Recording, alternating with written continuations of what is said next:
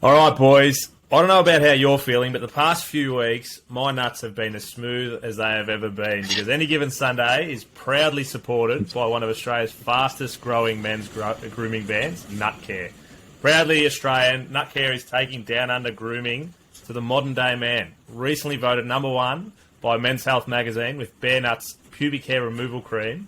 Nutcare is revolutionising men's grooming.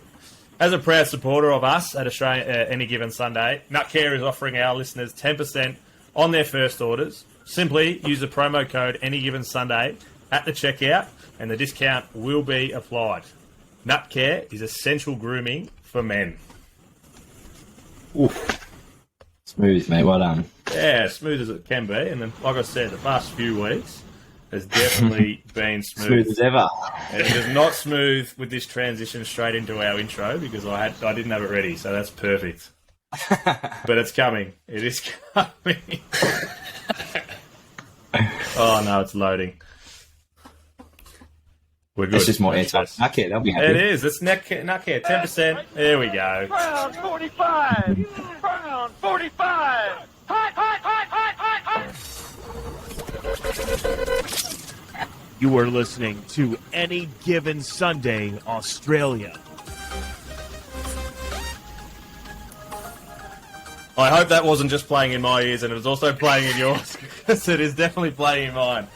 How are we, boys? Welcome to Any Given Sunday Australia, the number one podcast in at least 3 households and 1 studio.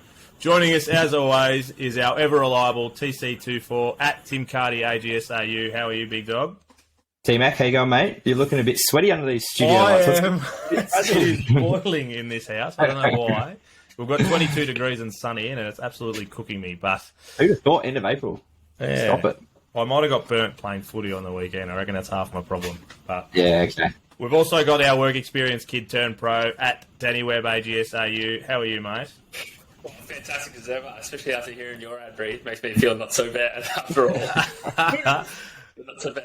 It was smooth. Just didn't quite finish the way I was hoping. But I'll take it. It's been a busy few weeks. Sorry, mate. How are you? You all right? You good? Yeah, I'm good. I'm just going to say finishing strong is probably not your highest point, is it? Yeah. I hope my missus knows that I finished strong. That's all that matters. But anyway, we've been busy the last few weeks smashing out some interviews. Yana Floridas. She came out last week. She was an absolute ripper. So if you haven't listened to that one, get onto that one, yeah?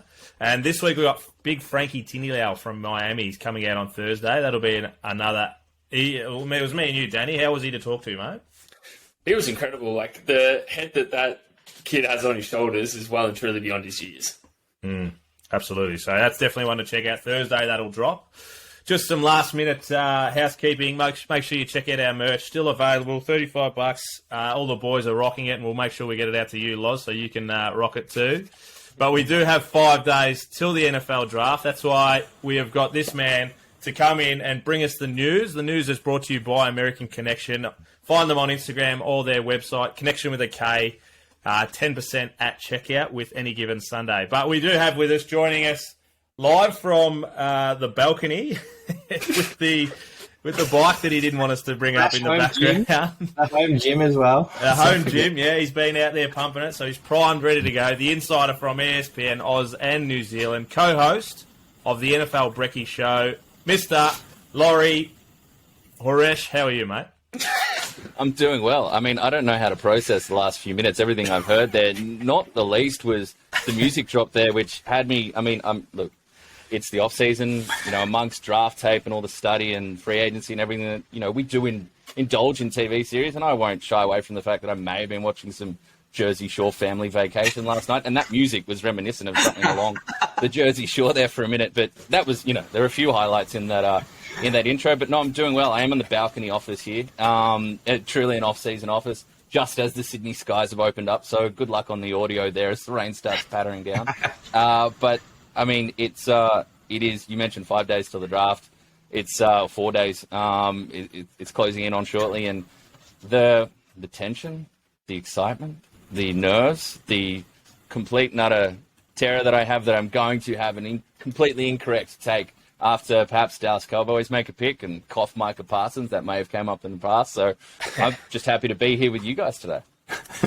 Mate, and we are stoked to have you. And you said to me leading up to this that you're in draft mode at the moment. So being at, the worldwide leader, ESPN, like you said, is it just all draft all the time at the moment, or? Oh, no, there's plenty of other stuff going on. Like we have, we do cover across all different sports. So you got your day-to-day duties that you're diving in on projects and features. And, there's a big Matilda docu-series that's dropping on Disney Plus, and that's been a focus. But certainly hours throughout the day, and certainly more so deep hours into the night. There's a lot of draft study going on. There's a lot of, thankfully, got some access to some All-22 film, which is great, especially for certain positions. Like if anybody's, jumped on YouTube and tried to watch a cornerback and they just disappear out of the frame after the first half a second of each snap, you're not really, learning too much on a lot of snaps there. Ideally, you get a couple of replays and see some top view stuff. But yeah, it's been fun. I love it. I enjoy it. I generally, as I've gotten older, as I've reached into my 30s, I generally let myself just relax a little. Not relax, but just take some time away after the Super Bowl. Just wait till my brain goes, yeah, ready for more football now. I'd like to think that's a really wholesome month or something, but it's not. It's usually about 3 days, and the Google Drive opens up, and we start diving in, and then it ticks through. You get the combine, you got free agency, and then mock drafts are flying aplenty. You get things like the Dane Brugler, the Beast draft guide drops, and you learning about the volleyball and skiing backgrounds of 6th round defensive ends, and you're a little bit sick for it, but you love it. I was going to say, how do you find you go filtering? Like, how do you find you go blocking out the noise? Because there's so much noise out there of like good sources that you like to sort of hone in on. Like, how is your filter, and how do you go just blocking out all that white noise? That's lying season. I treat everything with massive amounts of skepticism. I mean, what better case than right now with the Houston Texans and the 2nd overall pick? In the last week, we've heard from guys that are, Adam Schefter being the place that he holds in NFL media and news breaking, and then on the same day, Lance Zierlein, who is tied in deeply in Houston and from that area, both talking about how it did not sound like Houston quarterback was a lock, that they may go a different position. Then out of nowhere, Will Levis, who's taken so many dings throughout this process, at least publicly, like from the, Twitter scouts and stuff, nothing, not character stuff, but, there's been photos of him being ripped up, and then there's questions about his consistency, and he's a case of excuse-making versus reasons for why his play dropped off in the last college football season, or why his play wasn't as week-to-week bankable. That pick in itself, how much smoke, how many different theories. It's Will Anderson. It's, are they interested in Tyree Wilson? No, it's back to quarterback. It's a CJ Stroud, Will Levis, Anthony Richardson's name gets thrown up there. And this is all under the proviso that we think Byron Young is going to go first overall. So I treat a lot with skepticism. You hear a lot of fun stuff. Then you throw in the S2 testing, and that drops. And there's a lot to take on. At the end of the day, though, I think you fall back to tape. You just, when in doubt, when it's too murky, you just peel right back and just start watching. And there's always another game to watch. There's always another little bit of on-field information you can gain that might tick you one way or the other and provide you something perhaps a little more substantial than the latest Twitter smoke. Just on that S2 testing scene, as you've mentioned it, can you just kind of explain what that is? How much weight does it really hold? Like we saw that coming out, CJ Stroud had 98 out of 99.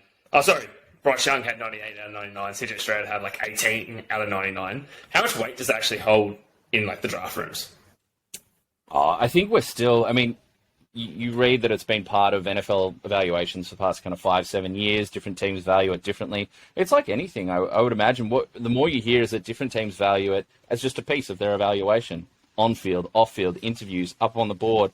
But you read about what the S2, the cognitive tests are about. It's rapid-fire decision-making, impressions, thinking, presented with kind of stimulus in a very short amount of time, and how you respond. And you hear the founders have talked about it this week. There's in the last couple of weeks, there's been more and more discussion about it. And you're hearing co-founders come out and say, it doesn't say whether someone's better at this or better at, is just a supremely better mental processor on the football field, thus they'll be a better quarterback. You're hearing that it's more about how their mind's mapped, how they come to decision-making, how they process information, how that plays out on a draft room. We're not so privy to know, but you could see that perhaps some of the feedback they get, the specific answers they get, maybe someone's set up more to process information from?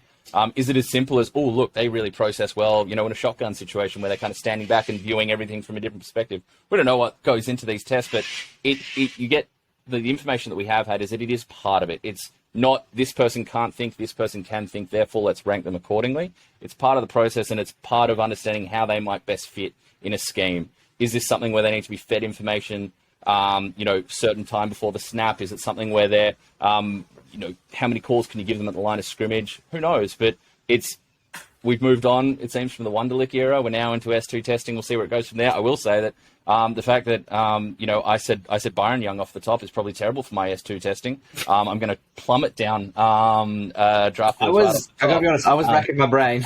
No. That's just. I've just left a Google Drive and just left some draft sheets, and I had the word Byron in my head, and we come out and drop Byron instead of Bryce off the top. So you can see my stock's already dropped, and I'm sure it's I'll be down in the second or third percentile of the S2 rankings. I actually did take the S2, and I was in the 1 percentile, so don't stress, mate. And all I did was spell my name right. The rest of it was all wrong, so don't stress too much. So you're in the second or third. I'd kill for second or third. I mean, we're talking about, you hear them break it down, we're talking about 16,000th of a second, 16 milliseconds that people are processing information versus 25 milliseconds. How much does that matter? What are the grades of variance here? I mean, I'm not a data scientist. I did not thoroughly enjoy science in high school. So I'm not going to stand here and say this is exactly how it measures out on the board, but we've seen, there's been 3 Sigma athletes that came along that measured certain types of athletic testing. That was more kind of 5-10 years ago. You're seeing certain scores, composite athleticism scores that you grade someone out of 10 based on their height, weight, position, that has emerged out of kind of football Twitter and the football, intelligentsia and cognoscenti. There's so much out there to take on. And teams do value that. And they do have thresholds. It'll be particularly interesting, particularly when you get to the athletic testing side of things, because if you're summing up this draft class, this seems like a draft of outliers, and how teams are going to be challenged with perhaps the traditional things that they had, no receivers under 6 foot, or no cornerbacks weighing this, this below this threshold, or, right at the top there at the quarterback position. Are we really going to see a quarterback go first overall that's probably going to be playing week 1 at about 190, 195 pounds? We've always heard, like you mentioned before, about the different types of testing. So this testing's always been around, but it's just a different provider every few years. But I feel like this year has come out a lot more. Is it purely because, the likes of, whether it's true or not, the CJ Stroud is getting 18 out of 99? Like, before that, you're not really hearing too much because it's, milliseconds of a percentile between each person. But the fact that he's so far down, whether it's true or not, whether it's smoke and mirrors, whether it's Houston saying, he got 18 just so it drops to them at 2, is that purely why we're hearing more about it this year? Yeah, where are the leaks coming from? Where is this coming from? Again, you're hearing sources from SD themselves saying I'd take these results with a grain of salt, or no, I don't. Those aren't the numbers that we had. What do those numbers represent? Is that, what did he rank in part of it? Like, is there certain parts of the test that measured this that relates to a quarterback play, and certain parts of the test, and maybe he aced that, maybe he didn't. But what parts of it, what structure around it do we really take away? I think why we're hearing more about S2 now is because, Wonderlic has been faded out, and we're moving into a different narrative. And yeah, I think when you have such murkiness at the top of a draft and such contention amongst that top 4, considering, yes, you've got an outlier at the top there at 192 pounds, then you move into more traditional builds. There's not a lot of consensus. This has moved around so much that people will grasp at different narratives, different figures that might come up. But also, I think about this, we also, from the outside in, we don't know the difference between what's the measurable difference between 18th percentile and 60th percentile. Think about when you, I know I'm not sure how many of you guys have families, have kids, but if you've had a kid and you've gone on one of those height, weight, charts when your kid's, under 2 years old, it's like the difference between the 95th percentile and the 15th percentile is like 0.75 of a centimeter on height. How much we're really talking about here. So that's the stuff that we don't know. So I hesitate to overreact, especially when you match it up with, go watch CJ Stroud actually play, because his name has obviously been tied to this so hard on a negative side. I mean, talk about composure and decision making. For an offense that, can actually ask you to hold on to the ball for quite a long time at Ohio State. There's a lot of slow developing route concepts that come in there. It's actually a conversation that we saw with Justin Fields a couple of years ago that, he's very mechanical going through. He seems to hold the ball for a long time. It's like, yeah, well, when the route concept is 3 big-time deep routes that need to develop and interweave, then, yeah, that might be something that we do see. So I hesitate there to overreact, especially when the film and the game tape, the YouTube cut-ups, whatever you want to have a look at, guys who just watch college football week in, week out and follow, suggest that this is a very composed, measured, intelligent quarterback with a good work ethic, and that it doesn't show up with this constant questionable decision-making. But just on that with CJ Stroud, because obviously we're hearing a lot that he's potentially might be slipping. Like, there was talk way back when it was like Bryce Young 1, CJ Stroud 2. That was whatever way it was going to fall, that was going to be the way it is. But now we're hearing that CJ Stroud might potentially be dropping. Where's all that coming from? And do you also think that's just all rumours? Where is it coming from? I mean, we are so far into lying season right now. Like, this is, and you think about the fluctuations, the machinations, permutations. Wow, I'm really riling off a whole vocabulary today. Yeah, you're definitely higher than the second or third percentile, I can tell you that much. But you think about all that could change with who is picking at 2 and 3, right? Houston, do they need a quarterback? Do they want a quarterback? It's the first year of a coaching regime, so they're not in a rush. This is you get a new head coach in that you're feeling pretty solid about there. They're not pressed to make that change and make that revolution at that huge position this early. They can buy time if they want. And then the Arizona Cardinals that aren't in position to move away from Kyler Murray contractually. We saw the whole team, the front office, the brass of the Cardinals out there supporting him as he got a statue at Oklahoma this week. So it doesn't sound like there's a lot of tension there, real feeling. They're still committed there. Those teams both have massive interest in causing confusion and causing mystery at that spot to try and attract offers. We've seen the Chicago Bears already cashed in and they got out of that one spot. Those teams, so talent poor and so in need of an injection of young, cheap, quality talent, would desperately love to have an offer roll along, or I should say roll along the desk, but really the phone call with something to provide them an offer they can't refuse. And when you start talking about quarterbacks moving, is this guy falling? That causes doubt in Indianapolis. Maybe it causes doubt in the Titans. Not even just doubt, hope perhaps, Indianapolis, the Titans, the Raiders, who knows who else, that, hey, if this guy's slipping, he could be in position for us to make a move. He's not going to go at 2, and then 3 could be the spot where we don't get the third quarterback, we get the second quarterback. That just creates a whole different market out there. And you just hope that, you reel in and your smoke screen, maybe it's true, maybe it's not. It's that, I'm trying to think of the TV show now where it's like, it's Friends, when the mystery around Chandler and Monica, like, do they know we know that they're dating? They don't know. We know they don't know. We know they don't know. We know. It's Great that. episode, by the way. It is a fantastic episode. My favourite episode, I think, is when they have the apartment bet. That's always going to go down as probably my favourite episode, but we're getting derailed there. But you can see you're creating markets here. You're trying to create that demand to put yourself in position. It's like your parents say in high school. It's like, look, you don't need to be the best. I'm not asking you to 100 in every test, but give yourself options when when it's time to leave school or anything. You're just trying to give yourself the best options. We can take a stud player here, or do we present the potential that someone's going to call that phone, give us that offer? We're going to roll back and add a couple of key cogs to build the core of our foundation, especially when we are so talent poor, like you're seeing with the Cardinals roster and the Texans roster. Are the Cards... we've heard on a few different shows lately. Are they almost better off holding on to that number 3 to draft day and see whether what the Texans are doing?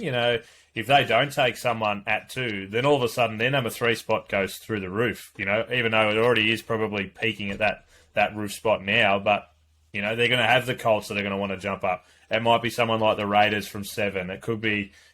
Are they better off holding and waiting till draft day, or make a move early and try and, get those 2 or 3 cogs? I think the early move has been made by Chicago, right? I think at this point, and the Panthers, I think at this point, what happens at 2 alters the market and changes that, the value of that ticket that the Cardinals hold. And you remember that these deals, like, teams are talking. They've been talking since probably before the Combine. We hear about, the Combine is this time for college testing and getting, the on-field drills and medicals and stuff, but it's also a massive meeting of the power hitters, the front officers, the coaches of the NFL, where they're going to hash out these things, or they're going to lay the framework. Hey, just letting you know, we see you up there. This is where we're at this offseason. If we don't do this in free agency, or if this doesn't come off with this quarterback, we don't execute a trade, we are going to be looking here. What are we talking about? Those conversations have started. Now, they can change. You could have the framework of a deal done, call up, and someone goes, actually, again, I'm falling back to being a parent here, but, the goalposts always moving with the kid. You bring out the exact lunch they wanted with the exact drink, the exact piece of fruit, and then they look at you. Actually, I wanted to cut it in diamonds, please. Try and get my jam today. Get it away from me. Get it out of my face.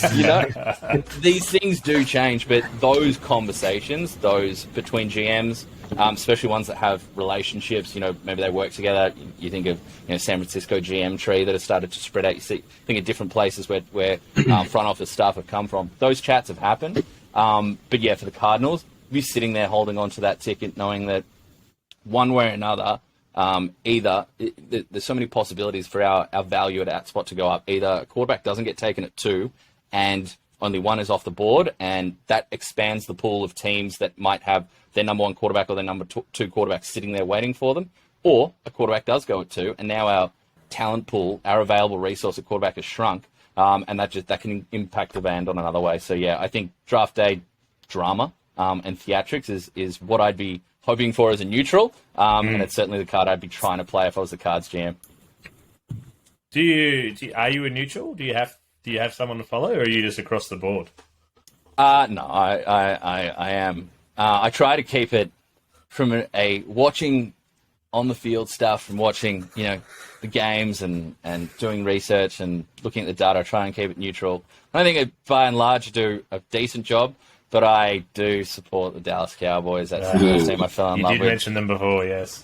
That's the response. To be honest, I'm probably more critical of them for that. I'm probably nastier to them than I am someone who's, one-eyed and believes they've been, they deservingly should have had this, or this. The more time you spend studying the Cowboys operation, or following the narratives or listening to sound bites, the more you realize that it is a truly unique power structure and organizational dynamic they have there. My opinion is that I think it's actually, as great a salesman as Jerry Jones can be, I think, and as great a personnel man as Will McClay is, there's been attempts by multiple teams to hire him away as a GM. He's kind of the guy who runs the draft room. He's your absolute top personnel brain in that operation, the de facto GM. As good as he has been, and as good a talent evaluator as he is, that convoluted power structure, I do not think is the most efficient and effective way to make decisions. It's why I think a team like the Cowboys, I think the thing I hear about the Cowboys that I think is the most wrong is people say, oh, they haven't done anything in 27 years, they're bad, or they're crap, or, and it's actually not true. That I think since 2000, basically since Romo took over as starter, they're like 6th in total regular season wins in the NFL. What the Cowboys aren't is they've never been able to stack success on top of each other. They have constantly fallen back. The NFC East, we know there hasn't been a repeat NFC East champion since, black and white TV or something. But with the Cowboys, I think that's the biggest telling point with them. And now we've gone into a Cowboys rabbit hole, is that a talented team that's generally able to draft well and attract big name free agents so much, but I think they're a good evaluation team. But their inability to sustain success and handle success, that points to the organizational limitations when you have the Jones family, their own hierarchy, and then how it flows into then Jason Garrett for a decade, and now Mike McCarthy, and then Will McClay pulling quite often, personnel wizardry out of his sleeve. Makes for too many chefs. Got a mad Eagles fan getting into you as well, which is good. Look, Eagles, when it comes to the Eagles, they've had, it was interesting before, obviously awesome stretch right now, an organization that, I love the draft philosophy. We're going big bodies and we're going early. Big body, high-end big body talent, that's where we're going early and often. Every time you see, I did a mock draft, was having fun the other day, did a mock draft on Twitter, and I had the Eagles at 30, and I was like, this is perfect for Drew Sanders. They have a need. They always seem to have a need at linebacker. They just had personnel leave in the offseason. You stick him next to Nakobe Dean. This is a lot of fun.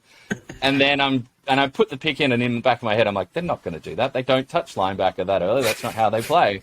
But But the Eagles themselves, before this, when there was the breakdown of the Carson Wentz era, there were think pieces done about the kind of combative forces that Laurie likes to see his organization running with. He likes it when there's kind of infighting, but when there's a real battle between, say, the coach's room and, Howie Roseman and the scouts, he likes that competitive friction. And look, you go back through the history of music, how many great bands talk about how they made the best music when they were fighting like, cats and dogs. And it's different, but they have such a clear football philosophy in Philly. Like, that roster is outstanding. And we see Jalen Hurts get the big extension there. I've been someone who said all through last season, put my hand up saying, look, he hasn't. It's hard to, it's a tough part. He's improved clearly.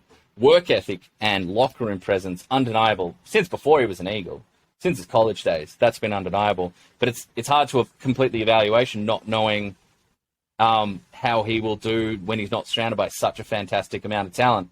If there's a team that you can back, even with a $50 million a year quarterback, and that's not what the cap hits are, but even with that big price tag on a quarterback, if there's a team in a front office you bank to be able to continue to put that competitive, loaded roster out there around him, the Eagles deserve that nod more than just about anybody. Just on that with the Hurts contract, so he now becomes like the most highest paid man in the NFL at 5 years, $255 million.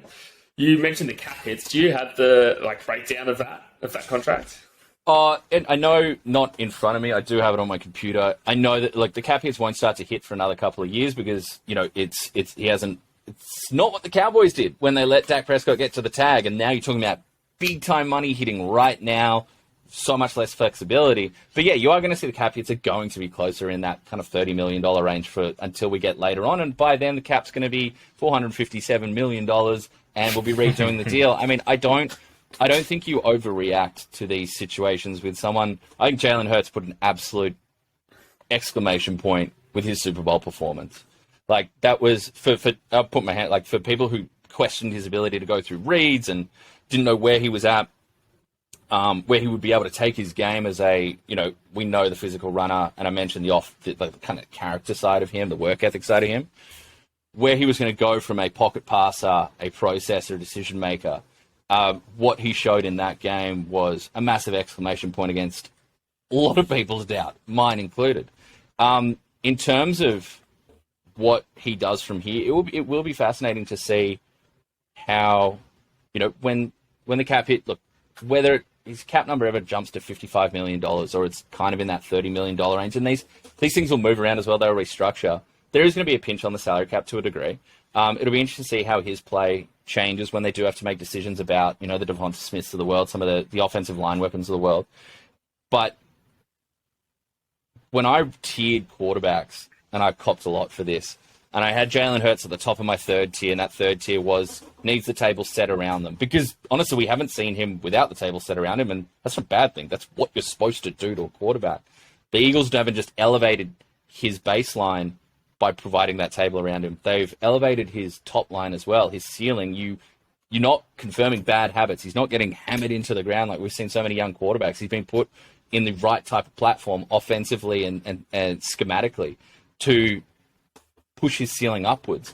I think it's absolutely the right decision, and I'm very intrigued to see how his play goes on, how it advances, especially when you're betting on one thing perhaps more than anything else with Jalen Hurts, and that's work ethic, football character, locker room presence, which is unimpeachable. When I did those tiers, I was looking through kind of those top 12, 13, 14 names, and the only two that weren't high-end, top-of-the-line kind of first-round picks, Lamar Jackson first-round pick with back end, two guys that were up in that conversation, very close to each other, Jalen Hurts and Dak Prescott. And the thing that you can draw to them in terms of their football, the draft profile that they presented way back when was work ethic and football character. If you're going to bank on, or if you're going to take a swing on someone outside of that really obvious blue chip quarterback talent, looking at those two things, that we don't know exactly what this guy's floor is, we don't exactly know what his ceiling is, but what we do know is that he's going to work every day to tap into every single bit that he has, more so than some kind of, poor decision making, sometime mercurial, loose-armed fourth-round prospect. if you're looking at that in that kind of day 2, day 3 region at quarterback, those are the traits. You draw a line between those two. Those are the traits that I think the most worth investing in at that point. Yeah, that's exactly what the Eagles have done. They've obviously chucked a fair bit of money at him. It's a big contract. Do you see that setting the market for the likes of some of these people who haven't signed extensions yet? And what do you think it's going to look like in the near future? He's just the next one. That's why you don't...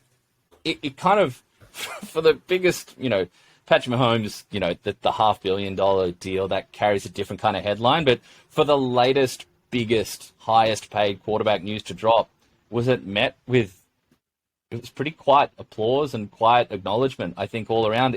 He was deserving. He'd done enough to get that next deal. He was the next one. Lamar Jackson, from who we'll see, Joe Burrow, Justin Herbert, they're the next in line. Dak Prescott's going to come up again. The restructure that the Cowboys did put his cap number next year at $59.4 million.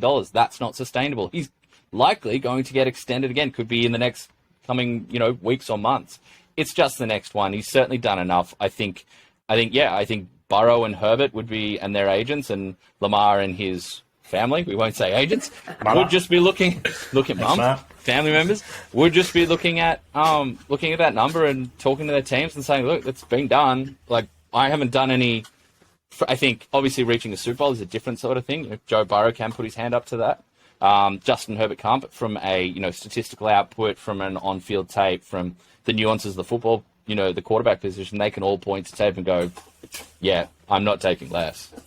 If I want more, maybe one of them is is going to take a different shaped deal and get the Tom Brady narrative of, look, he always took under market money. Won't dive into that today. But I think it's just the next one, and it'll carry on, especially as we get further and further into the CBA that we're currently in. That cap number, COVID put a bit of almost a year or two halt on it, with just disrupting kind of the kind of revenue for a minute there. But as we get further into this decade, that cap number is going to continue to climb and climb and climb. It's not worth being upset about. The Daniel Jones one, it's not the longest term deal. That's a little more interesting. It was more surprising money-wise, wasn't it? Like, are you expecting the cap to increase as, the TV deals and, more streaming services and things like that? Like, as those deals come on, you're expecting that cap to keep climbing? Yeah, rights continue to be, more and more, the numbers continue just to rise and rise. So much money. It's like... And it's written into the CBA. It's a proportional thing. So, yeah, I think we can. Yeah, the Daniel Jones one's interesting because, improvement. Last year, you talk about having the table set for you. The amount of movement and, smokes and mirrors that Brian Dable was able to impart into that or place into that Giants scheme, that Giants offense. My question with the Daniel Jones extension was, you hear good things about who he is as a person in the locker room, and, the arrow's pointing up. Wasn't the most statistically wowing season, but it was certainly better. But what was, as I hear my young son has made his way home and is marched around the street, the pavement down below. With Daniel Jones, what's interesting is, the question is, Daboll's done such a good job with him. He has shown he's talking about he's walking around New York with rock star energy, and he's rocking the shades, and he's got that level of approval. Are you anchoring him by tying up $40-odd million a year with Daniel Jones? Should you not be looking for someone to elevate, someone to rise with, rather than, we think this guy's a 12th to 15th, 10th if you're over-aggressive, 10th to 15th best quarterback, but Daboll can work with that. Do we want Daboll to be working with that? Or do we want to go, hey, do we have the next Andy Reid here? Let's get him something with a whole lot more. It was working. It was enough for Andy Reid to work with Alex Smith. That was enough to work with. But look at what happens when you take a swing for more and the position you put yourself in there. Now you're making history. You get generational talent, yeah. Do they risk alienating the likes of Saquon Barkley and things like that? Chucking him under the franchise tag. He obviously due to get paid. Is there that sort of risk, or they're thinking about that? That's a future problem. I think that's kind of. I think that's functional of the quarterback and paying the quarterback. Obviously, they're both up, and they're both kind of tag contenders at the same time, and one gets a long deal and the other gets tagged. I think it's just. I find it hard to believe that anyone of Saquon Barkley's talent at that position isn't going to have some level of friction with the front office, just with the reality. Saquon is a game breaker. He impacts on all 3 downs of play, but he's obviously had an injury history. He's not 21, 22 years old anymore, and that position has been so consistently devalued. Yeah.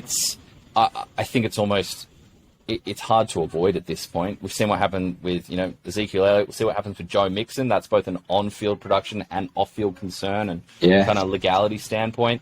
Derrick Henry's name being thrown around. No, I don't believe that Howie Roseman is going to trade for a $10.5 million quarterback in his late 20s.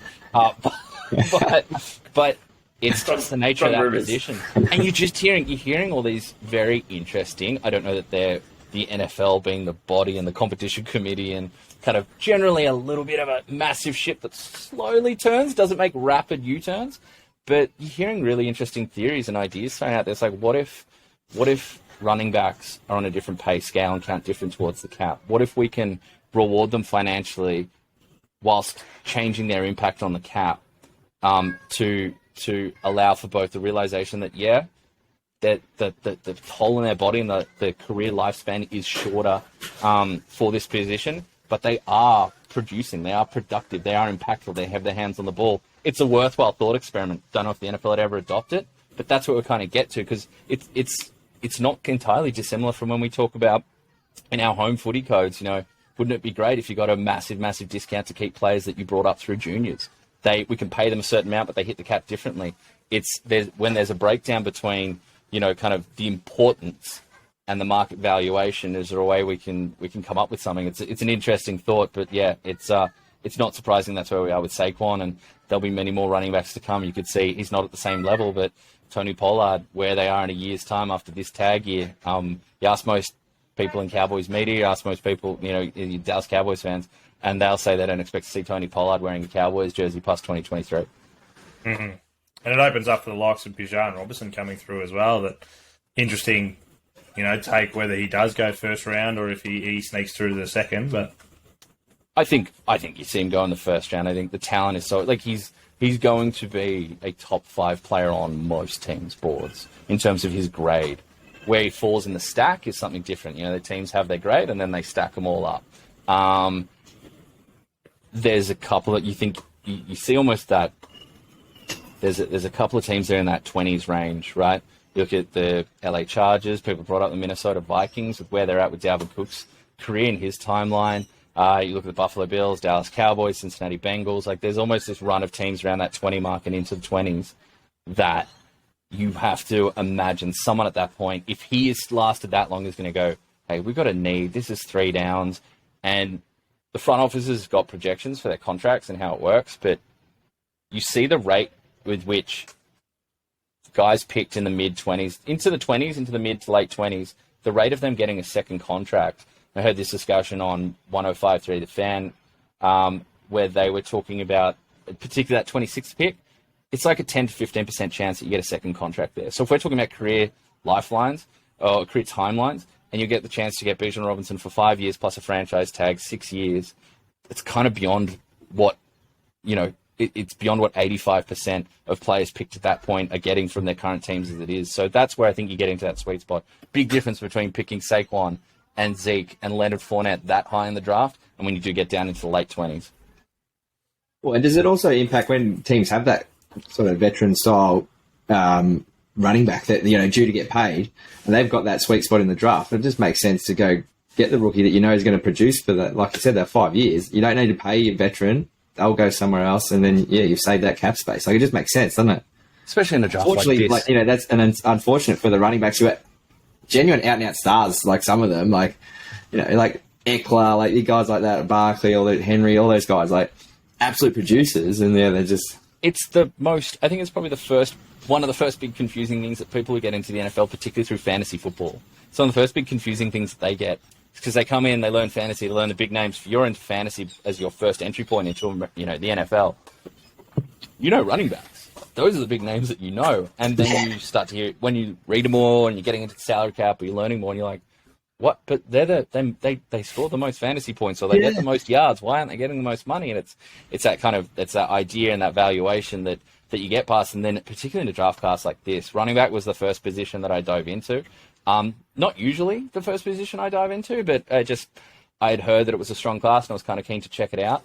And I think I got 15 running backs that like I'd be happy to see drafted in the first 3 rounds. You don't need to draft them in the first 3 rounds. Like 5, 6, 7 of them may go into day 3, but you make your way down the list beyond Bijan, beyond Jamar Gibbs, and A-Chain, and down into like, guys like Zach Evans that are fascinating on field. Tank Bigsby. If you're into the Darren Sproles type, and I've got an Eagles fan sitting in here with me, but you got Double Deuce Vaughn, who rocks a 22 for Kansas State, who is a whole lot of fun down there, and he's like your 15th, 16th, 17th ranked running back. There's so much talent. Kendre Miller out of TCU, so much talent and so much 3-down talent that it's going to continue to put that pressure on a position that has that unfortunate combination of high workload, high body toll, and you're generally only lining up one on the field at a time. Each team is. It's not wide receiver where you have 3. It's not even tight end where you're starting to see 2 tight end sets coming back into more fashionable usage rate.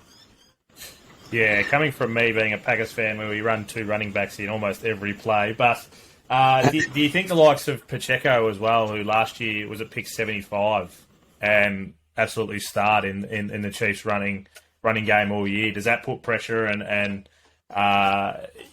help out these guys that are 15th, 16th on the list? I mean, Pacheco, it's great that you brought him up because it's not just Pacheco. It's Clyde Edwards-Helaire on the same team, who was that high draft pick investment and was so much less productive. And the tape shows just completely more effective play from Pacheco. It is examples like that are continuing to suppress that value, sadly, and makes teams go, yes, Bijan is fantastic. Yes, Jahmyr Gibbs is electric and fantastic receiver. You can see the usage on multiple, different types of, pass run situations. But look what we're continuing to see emerge. And they're not the only, it's different. It's also going to be a similar, in some ways, conversation that we're going to see about tight end. Again, a loaded tight end class, such a fun tight end class. But how many different times you'd be reckless to play this drinking game, but if you're going to watch all the draft content this week and you're going to hear how many times people are going to put up results of first-round tight ends picked and then the results, the production of, tight ends picked on day 2 and day 3, and this one far out where, the Kittles, the Kelseys of the world, carrying that, Darren Waller previously, versus, what we've seen, TJ Hawkinson is like the success story, but the Eric Ebrons of the world that have come before, Hayden Hurst, who has been solid and has done amazing work off the field as well, but compare his production to some of the talent we've seen emerge on day 2, day 3. It's going to be interesting there as well. Again, we've got these big names at the top, Dalton Kincaid and Michael Mayer at the right up there, Luke Musgrave and Darnell Washington. But when a guy that I love, Luke Schoonmaker, which talk about someone who's going to appeal to the Australian fan base. What a name. You get him available. He could be available on day 3. So that's a conversation that teams are going to continue to have. It feels like at times that the lines between the value of the premium positions has become even bolder and even more hardened as teams get as the use of the salary cap has become more aggressive and more evolved. Unfortunately, we're on shift on Thursday, so we can't play the drinking game. But I'm gonna hijack you for a minute. We're all definitely unbiased, as you can tell. I want to just pick your brain real quick. What do you think what direction do you think the Raiders are going to take with pick 7? Obviously, we sort of touched on it a little bit before. It is dependent how the cards sort of fall with those earlier picks. Do you see us trying to trade up, or are we sitting pretty at 7? Are we going to, I've seen a few mock drafts look at like guys in the secondary at cornerback, Devon Witherspoon, like guys like that. They're going to shore up because obviously signing Jimmy for 3 years, it's almost like we've got a little safety net at quarterback there. Just want to know your thoughts on what direction you think the Raiders might take with pick 7. I think the Raiders are in an interesting position.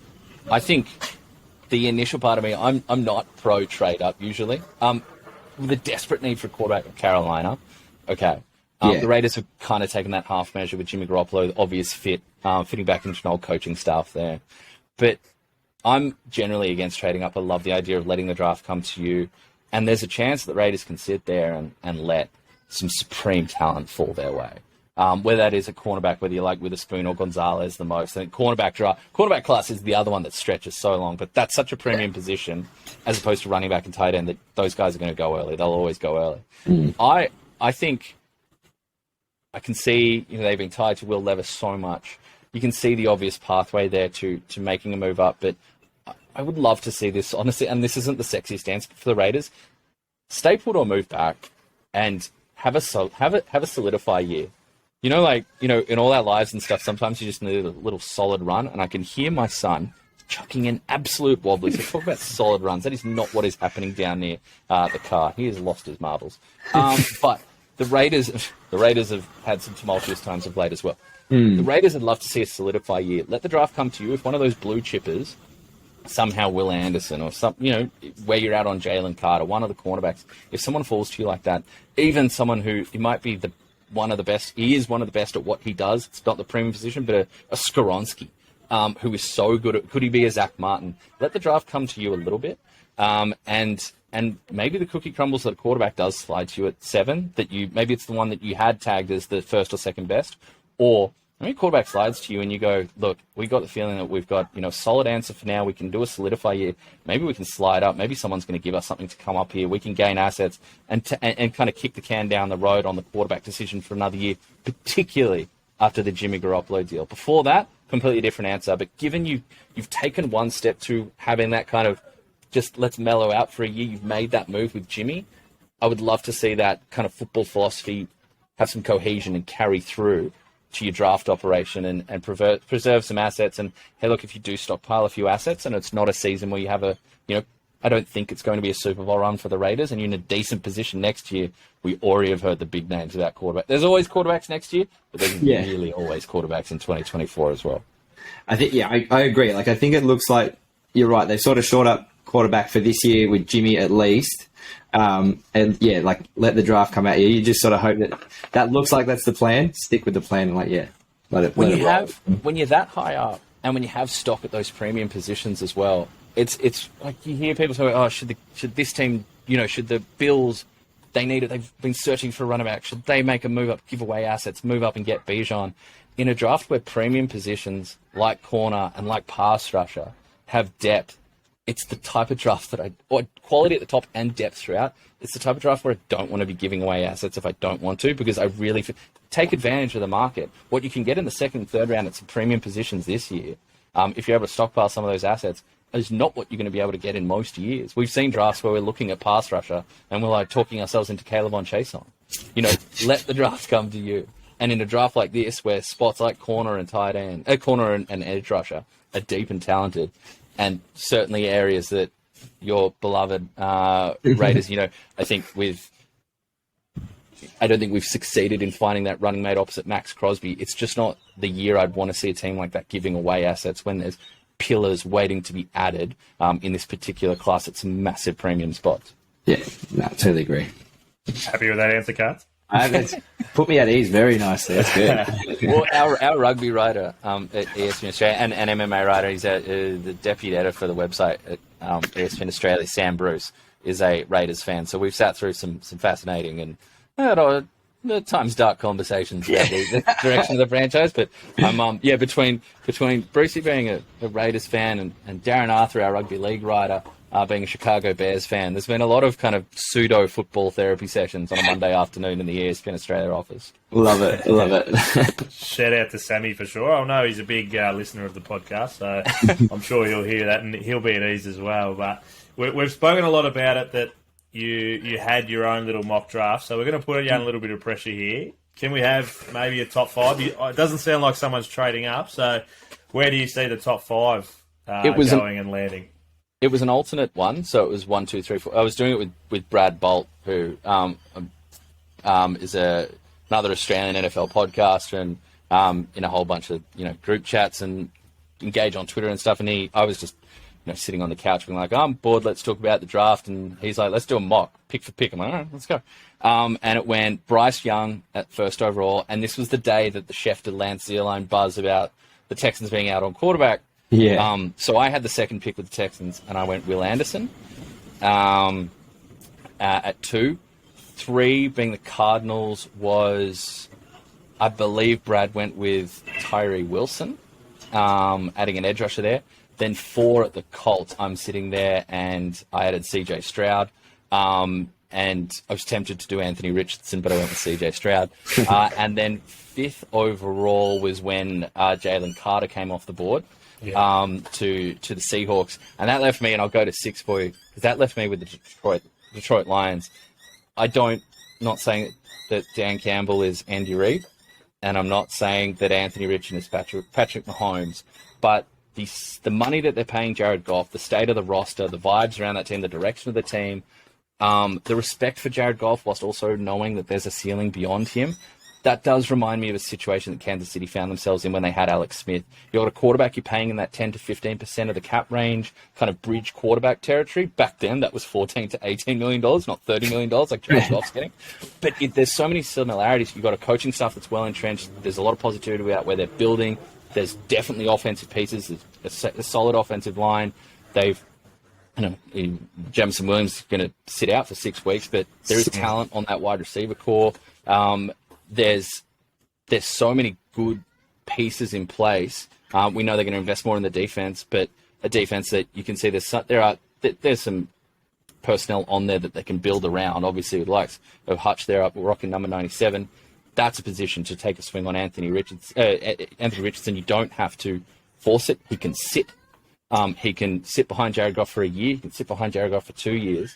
You can allow him to get the seasoning and come up to speed the way he needs to, and allow him the best chance, and you the best chance, to tap into the outlandish talent that he has. And he is far more than just the physical phenom that he tested as. He tested like Chase Claypool. I went and had a look at the measurables. It's like the closest testing comp I could get for the Florida quarterback. That he tested like Chase Claypool, but happens to play quarterback. But you watch like the decision making. He was charged with making changes at line of scrimmage. He was given a lot of responsibility in that Florida offense. Had a lot of wide receivers. I don't know if what they were running. I wouldn't call them routes. I call them dalliances into the secondary at times. But that's the type of situation that I had Big Anthony coming off the board there at 6 to the Detroit Lions, and I think that's the perfect type of nurturing situation you want a talent like that to land. Beautiful. I think that's good news for the Packers. If we can get a bit of turmoil inside the Lions, because they seem up and about, and we're I don't know. I think if depending on what happens with Aaron Rodgers, we'll be right. But a little bit of turmoil inside the Lions, just like it normally is, would be grouse. You've always got to take it back there. I don't know if the Lions are building in the right direction. I mean, the Packers, unfortunately they are. I agree. You Packers fans have been blessed for a long time. At the quarterback spot. Not unlike what we thought the Colts were getting with Peyton Manning straight into Andrew Luck. And unfortunately for Andrew Luck, I still, not tear up, but I still probably once every fortnight have a good think about like what could how have I been. miss watching Andrew Luck play football. Just so much fun. But the Packers a little wary about that surrounding cast. Generally, it's been a decent offensive line for the Packers. Injuries have hurt that. But, geez, you look at that wide receiver room, you look at that tight end room, and what you're asking Jordan Love to step into, I think if I'm not insanely high on this wide receiver class, but given what exists with Christian Watson, his vertical speed, and what the skill set he brings, I know it's not the Green Bay Packers style, but how Jackson Smith and Jigba, if he's on the board there, how he would fit in at that slot, that makes a lot of sense to me, especially with some of the flashes we've seen with Jordan Love, with throwing some of those in-breaking routes and working some of that in middle of the field. It seems like a quarterback's best friend move to make. Yeah, you've got me thinking we're winning at least 12 games, so that's good. And that's what I'm here for, just to make everybody feel good. Red. It'll feel good Monday. Well, Can we? Sorry, Kaz, I was going to say, can we steer away from the draft really quick? Yeah. Any news on D-Hop and Rodgers? Any news on the trades happening there, the trade talk? Nice little draft week drumbeat with Aaron Rodgers this morning for me and Rappaport, just saying, Packers and Jets have picked up the phones again. Which, not surprising. Day 2 for that trade seems to make sense for me to drop. Let day 1 get out of the way. Let the Jets use their pick. So that's not like part of the immediate discussion. Why couldn't you get pick 13? Why did the Packers not get this? Kind of Let it go. It's off the table. Either it's a day 2 pick or a couple of day 2 picks or something that they work out that they get there, or you kick, maybe it's a combination of a day 2 pick this year and something for next year, and you build that into the conversation. That would seem to make sense to me. I think everybody around the NFL is just under the assumption that that's happening. As for D-Hop, I was thinking about destinations. And you could talk yourself into Green Bay, but it's tougher for D-Hop the more that, a team like Dallas, lands Brandon Cooks, and that's an obvious name off the table there. And you see a team like Carolina Panthers that has added several different pieces in that veteran world. No one of the tier of DeAndre Hopkins. But he's another one that I think day two price seems to be the number that you expect this would land on. I'm sure the Cards would like more. But no, there's not a lot of buzz just at this moment, especially, Odell Beckham's found his home. I mentioned Cooks has found his home. It'll be interesting, but the longer this goes on, and if we get into the draft and wide receivers coming off the board, that doesn't help a trade being facilitated. The thing that I will say for D-Hop, that him being available with this particular draft class, or him searching for a new home, this is not a draft class for the tall, big-bodied wide receivers with big wingspans like D-Hop. This is a lot of guys 5'10" and under. I'm not going to say it's a wide receiver class where all the rides at Disneyland are going to be a bit of a question mark. They're taller than that. But if a team is out there that desperately wants to add that type of physical profile to their wide receiver room, they're going to, there's not a lot built like him with even not his tier of talent, even day two tier of talent that have that type of frame. That's where we're hearing guys like, Cedric Tillman and Jonathan Mingo getting brought up in the draft chat just because and the draft buzz, just because there's not a lot of size to this class. Did you see the quote from Von Miller about, because I think he's been doing some workouts with D-Hop about potentially going to the Bills? Is that just part of lying season, do you reckon? I mean, and D-Hop was in Dallas working out with Des Bryant. Yeah. And look, Von Miller's he's a salesman when it comes to the free agency market. He's got sway. He'll be a GM one day, apparently. He's got sway. He's got sway. I mean, look, he keeps cashing in on contracts. He might be an owner one day. Yeah. And deservedly so. But it's one of these, look, it felt like their all-in move came with Von Miller to back up and and invest again at that spot, especially in aging talent. There's going to, that's when you start casting forward to future salary cap implications. What are we doing with our money here? There's each week, you hear a different number. D-Hop wants all his money. D-Hop wants a new deal. D-Hop's happy to take a pay cut. That's all hearsay here and there. I would be surprised that, given what's on, they definitely need to upgrade the wide receiver room beyond what was available with what was available opposite Stephon Diggs. They need that kind of step from Gabe Davis hasn't come on. The Cole Beasley era is done in Buffalo. They definitely need to level up there, but that type of investment doesn't seem to match up with how they've gone about developing the core of that team in Buffalo. As much as Von Miller, I'm sure, could get it done if he got on the phone, got everybody in the room. Yeah. Do you see him not going anywhere? Can he, if it doesn't happen, would he be happy to go back to the Cards? I think he goes somewhere. I think there's been enough drumbeat about this. And just considering where the Cardinals are, we may not see Kyler Murray this season. We don't know how that's going to play out. And DeAndre Hopkins has only so many years left.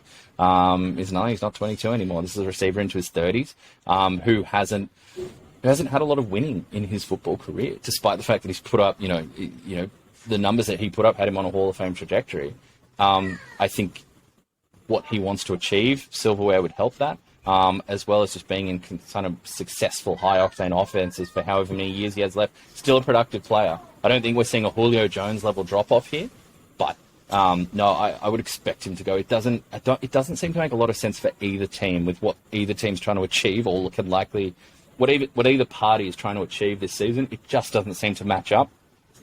And you haven't heard a lot of noise, confirmed, hard, concrete talk from the Cardinals that, he's untouchable. So if you could pick a team then, do you reckon he's going? Where is he going to? I don't have, a crazy amount. It's not a team I have, some bias towards or anything like that, but it would make a lot of sense to see that type of trustworthy, big frame, smart weapon land with Green Bay Packers. Why wouldn't that make sense? We can get in salary cap stuff as well, but in terms from a personnel standpoint, but in terms of a personnel standpoint, with the speed you have with Christian Watson, someone like Christian Watson who, as great as the back end of that rookie season was, having veteran nuance, that type of tutoring and knowledge imparted upon him, it's a fantastic idea. That's a fantastic fit. How that works, what the draft capital would need to be. I mean, look, the Packers aren't a team that love to give away first round, or like spend first round picks. Second, third round pick is much more their appetite. That might be what the deal comes down to. Again, I mentioned team like Carolina Panthers were wide receiver needy. They haven't added a lot of top line talent, but they kind of seem like they've got their kind of veteran starting three that they've lined up there with Marshall, with Thielen, and with DJ Chark. They're playing on the outside role. But some of these suitors have gone away. But yeah, I struggle to conceive, as much as the desperate need is there, the Bill O'Brien factor in New England makes me want to draw a cross through the Patriots being able to attract, as much as from a Mac Jones, accurate, can put it in, put it on a dime, for the precision that, DeAndre Hopkins might demand the ball. That could be a nice fit. That where that relationship was, how it ended in Houston, bizarre to think that could be a reunion up in New England with O'Brien taking a role up on the staff there. You'd be happy with Tommy hearing that.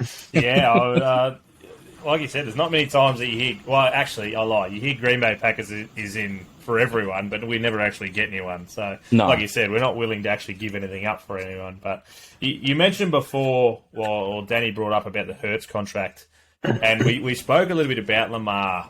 Is Mama Jones actually listening? Because how much do you read into the rumours that he was offered the 200 guaranteed, and it wasn't too dissimilar to what Hurts actually got?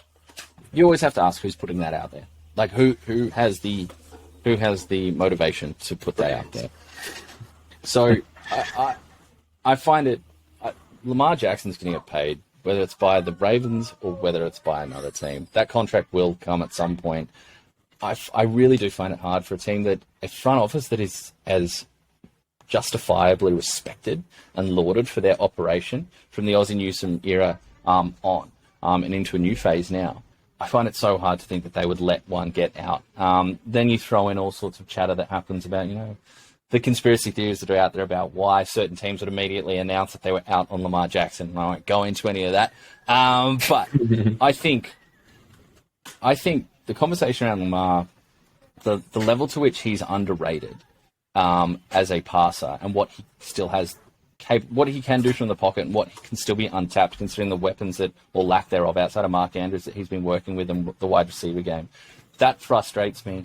I also think there was some conversation about how, he, with his running style, there was a different conversation. I believe it was coming out from the Browns, that the Browns, sorry, not the Browns, it came out from the Falcons, from Arthur Blank, that they were in on Deshaun Watson, but they're not in on Lamar Jackson. And it's a different conversation about injuries, and it's a different conversation about the style of play, considering Deshaun Watson had two torn ACLs on the same knee, and Deshaun Watson had every single other thing in his life, the ridiculous and very dark off-field scandals that have followed him.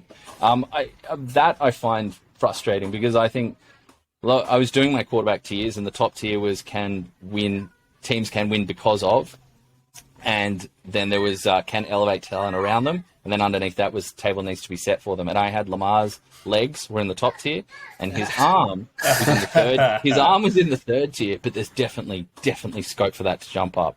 I think it's easy for people to think that he's just a gimmick running around, with Michael Vick type speed. But one, he's clever with his speed, and he's clever with his running. And two, I think that if you're looking at what he does from the pocket, it takes some time to really go through it. If you can get your hands on Small 22, the coach's film on Game Pass or something like that, if you can get your hands and have a look at some of the breakdowns, there's so much there. That there's room there. And look, if I was a GM and I had a whiff that he was available for a couple first round picks and the contract, I'm doing that because I truly believe Lamar's an answer at a quarterback, not a question mark. So with a team like, let's say, the Colts are at 4, not really 100% sure what quarterback's going to fall to them, could you see almost them being like, we'll give up our first round at 4 and something else along those lines to try and get someone who's established like Lamar? I would love to see it. I don't know that it will happen. They're the more likely team than others. It's been so quiet around this from other teams. When these big deals happen, quite often quarterbacks, we do feel that kind of, usually it's a free agency tour, not a trade for a franchise quarterback, although it's become more and more noisy. But you think about, like when Matthew Stafford was up, and Lamar Jackson has reached heights that Matthew Stafford never did prior to getting to the LA Rams. But But you heard the buzz about the Panthers. You heard a buzz about different teams. There's just been so little. But the Colts make a whole ton of sense, especially because with that 4th overall pick, they have that really does alleviate just how much you're probably going to have to give up. That is such a high price. Whatever trade value chart you use, the Jimmy Johnson one from the 90s or the more advanced ones, the more relevant ones of today, that carries so much value that I think it facilitates a deal. And it just comes down to a coaching staff and whether they truly believe that, I believe in these people have forgotten more about football than I'll ever know. And their X's and O's and schematics knowledge is so nuanced, but if they believe that he is the answer and he is what we've been looking for, particularly a Colts franchise that has been searching in the wilderness since Andrew Luck and his premature retirement, I'd be hard pressed. Yeah, you have to design an offense in a certain way, but I think that's overrated to a degree. And honestly, the Todd Monken hiring in the Ravens organization as their offensive coordinator, moving on from the Greg Roman system to a bombs away downfield, like that excites me. I would like to see him back with the Ravens, with Odell Beckham Jr., with hopefully a healthy Rashad Bateman and Mark Andrews. We're talking about, air it out Fitzmagic style offensive system with the downfield throwing that Lamar possesses. I think that's a whole lot of fun. I'd like to see it back there, but it's just a remarkably cool and quiet conversation around such an MVP tier athlete. And naturally, that's why it breeds, X amount of conspiracy theories on football Twitter. Yeah, of course. Odell going there and signing there, and Lamar and him had that FaceTime and put it up. Is that more pointing to the fact that a deal might be coming with the Ravens? I think it's not a bad thing. It's not a bad thing. As I mentioned, players that work out with each other and have pictures with each other all off season, and we go, oh, it's happening. To have a quarterback FaceTiming a newly signed wide receiver, that relationship, that tier of stuff, it obviously carries something. And if I was a Ravens fan, that'd be probably the first ray of light that I would have felt about a long-term future together in some time. I think it's a positive step in the right direction. I think whether that means something's coming down today, tomorrow, or in a couple of months, this feels like it's got a little longer to play out into the American summer, into our winter. But it's nice to know that a big off-season signing, particularly in the offensive side of the ball, at one of the most glaring, noisy, in neon lights positions of need across the NFL, that when it comes in and when that investment is made, there is instant communication between the two key players on the field. Mm-hmm. Yeah, you definitely you're not complaining if you are a Ravens fan seeing that kind of picture. Or is it also, could it be Lamar putting it out there to say, we do have a connection. You're not going to pay all this money for Odell, for no offense to him, but for Tyler Huntley to be thrown in the ball. You want me to be thrown in the ball. If I see another tweet that says Pro Bowl quarterback Tyler Huntley, just the click farming that is going on summer football Twitter with whenever there's news about Tyler Huntley or Tyler Huntley signed his tender or Tyler Huntley's done this and it's Ravens Pro Bowl quarterback Tyler Huntley. No, I think absolutely. It's a smart vision and image and picture for Lamar Jackson's side to put out there that this connection exists, the vibes exist. We already, this is the chemistry we could be tapping into. Absolutely. Again, that's not what gets the, we're going to say some real cliches here in a minute. That's not what gets the I's dotted and the T's crossed on a contract, but it's certainly I enjoyed it as a move from Lamar Jackson that was both level of cachet power move, as well as a generally positive thing to do. It wasn't a power play against the Ravens. It was look at this connection. Yeah, look what we bring. can do. Yeah, and look, it's harmony. This is what we want in the locker room. There's a couple tears to it, and I thoroughly enjoyed it from Lamar's side of things. Yeah, absolutely.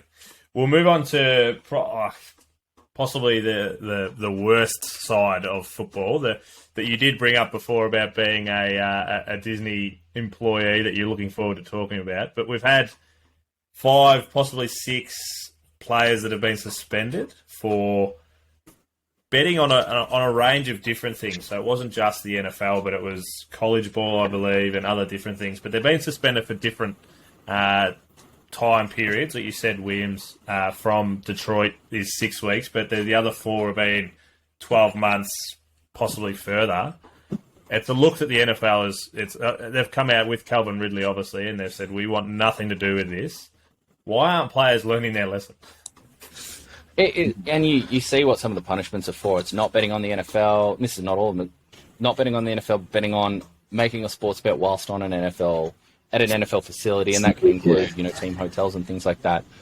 I mean, why aren't they learning the lesson? Who knows? But I think this all exists in the environment of sports betting. Legal sports betting is so new to so much of the United States. This isn't the culture that we grew up with. It was always so interesting hearing, before I was in sports media, just friends that were from the States, and they'd ask about it. I'm like, we have TABs everywhere, and we have, this gambling company, this gambling MU, and walk in. And in England, I think, I remember hearing, like, big-time American journalists when they went to the London Olympics in 2012 and walking into the bookies and stuff over there. They're like, this is amazing. I can just walk. It's so new, that legality of it and the prevalence of it. And we're seeing, betting partners and all that kind of stuff. And I guess we're talking about young kids here. Even the veterans are still guys in their 20s a lot of the time. And it's a new environment, and people are making instantaneous decisions, and it's costing them a lot. 6 weeks is no joke. A year is no joke. We don't know what Calvin Ridley. I'm a big Calvin Ridley fan. I think he's this fun anomaly in the league where he's 6 foot, less than 190 pounds. He didn't test very well in the explosive metrics at the combine. His 40 was good. He played alongside Julio Jones, and that physical profile was the red zone dominant weapon, the touchdown maker, and Julio Jones routinely gave fantasy owners 2 or 3 touchdowns a year. And people, like, he was a route runner, very interesting put together wide receiver, but we don't know what we're going to get back after 12 months out. Love the fit in Jacksonville. Love that addition investing around a Trevor Lawrence, but we honestly don't know.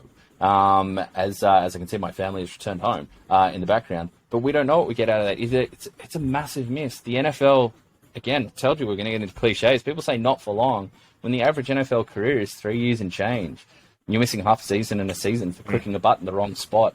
It's a lesson, as you mentioned. Why aren't they learning their lesson? Who knows? I think inexperience is part of that, but they'll be learning their lesson quickly, because teams are not going to be happy that the difference between you putting a bet on 10 minutes, you did it on a, in a team hotel, you did it in the club facility or something.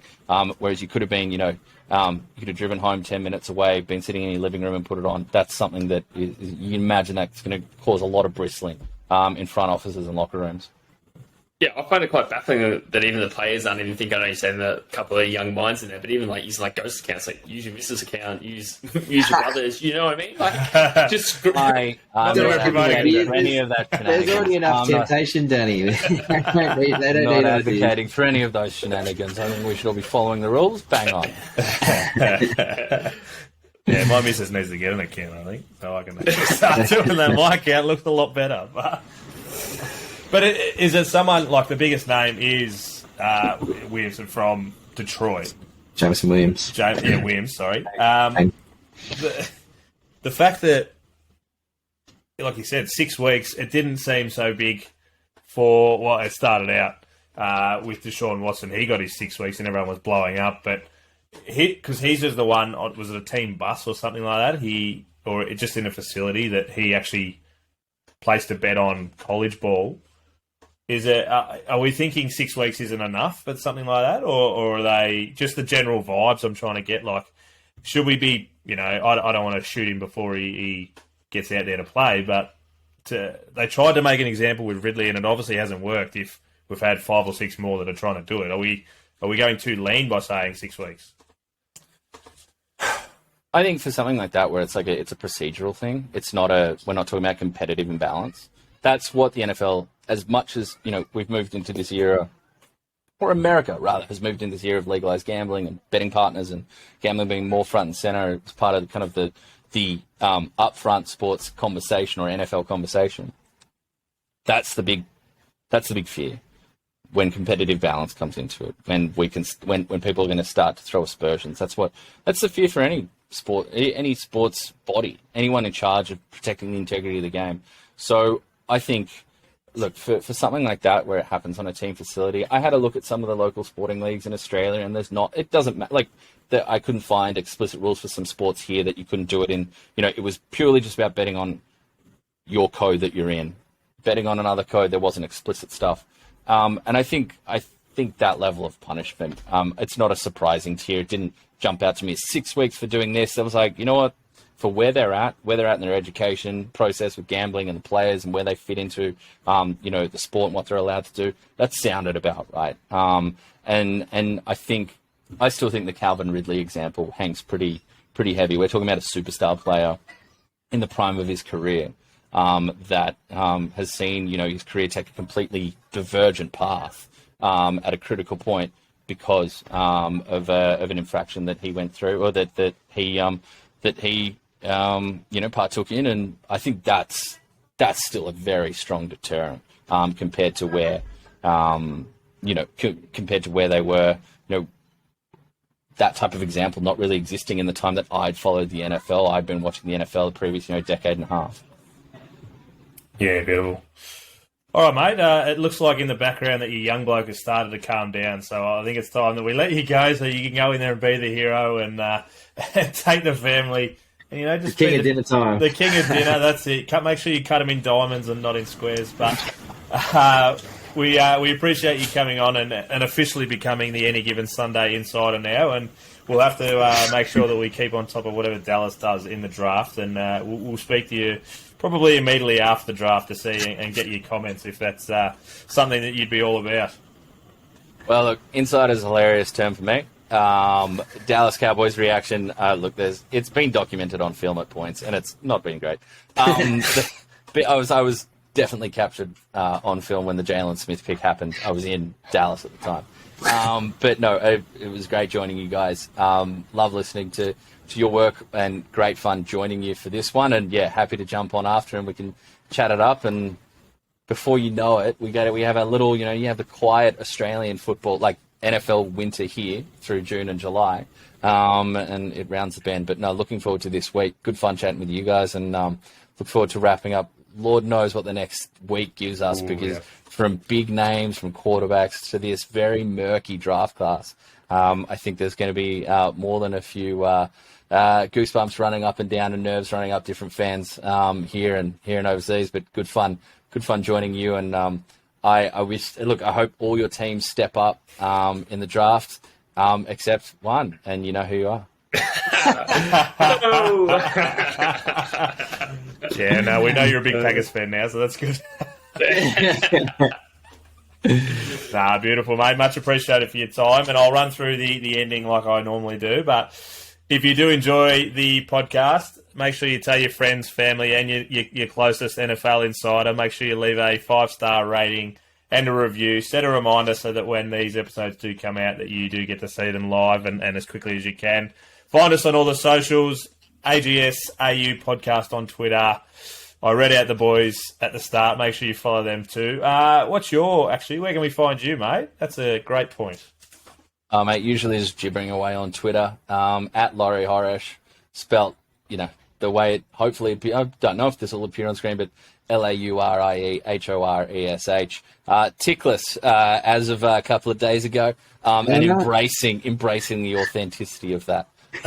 So good fun. Copped plenty of that from my mates, but I'm enjoying being having the there's a bit of street credibility I feel that comes with being tickless once more on the big bird. What about the on the ESPNs? Where can we find you, mate? Oh, yeah, of course. So we've got the NFL Brekkie show that runs throughout the season. We've got a special this week, though, on Saturday, a little after lunchtime, Sydney, Melbourne time. I have no idea what time it is in Brisbane. And even less so South Australia. I don't think they do either. More of an idea what time it is in Auckland, to be honest. But about 1 o'clock in the afternoon, middle to late round 3, me and Phil Murphy are going to jump on, little live picks reaction, little watch party, a little wrap up. Because that's really rounds 1, 2, and 3. It's the crux of what a lot of people are going to feel about their drafts, their team's draft haul, and run through. I think one of the big sections that we do at the start of the season, I think we'll bring it out for this show, is who got hot, who had like when you got back, back in high school and you turn up after the summer and someone clearly been hitting the gym and hitting the tan room and really sharpened up over, I like and you're it. going, oh, geez, I'm in trouble here, or perhaps someone that someone's start to get little flutters when you've seen them after 3 months away. So we usually do a bit of a, with time away, who got hot, and the draft seems like a good time to bring that one out. Especially with a number of teams with multiple draft picks early, there could be some big movers and shakers rocketing up the who got hot rankings. Yeah, for sure. I reckon I'll be... are we on shift? We're not on shift, are we? We are not. I reckon we might be able to get around that and yeah, we'll be on Twitter, Twitter, just YouTube, how hot and... the Packers have got Yeah. during those couple of days. There we go. Twitter, YouTube, and Facebook on the ESPN Australia New Zealand channels will be firing away, and absolutely, definitely get your seething takeaways, or ideally, as you said, for your Packers, you'll be hoping that they've loaded up on offensive talent to plant around your, we think, new quarterback one. Yes, yeah, we're not 100% sure, but I reckon one of those tight ends that we mentioned, I reckon they might be coming my way. But you can also find us on Instagram, anygivensunday.au, and TikTok, Facebook, Any Given Sunday Australia. Thanks, boys. Thanks, Loz. We'll definitely catch up with you boys again soon. That was it. Didn't want to say goodbye, boys. Nah, that's all right. Don't stress.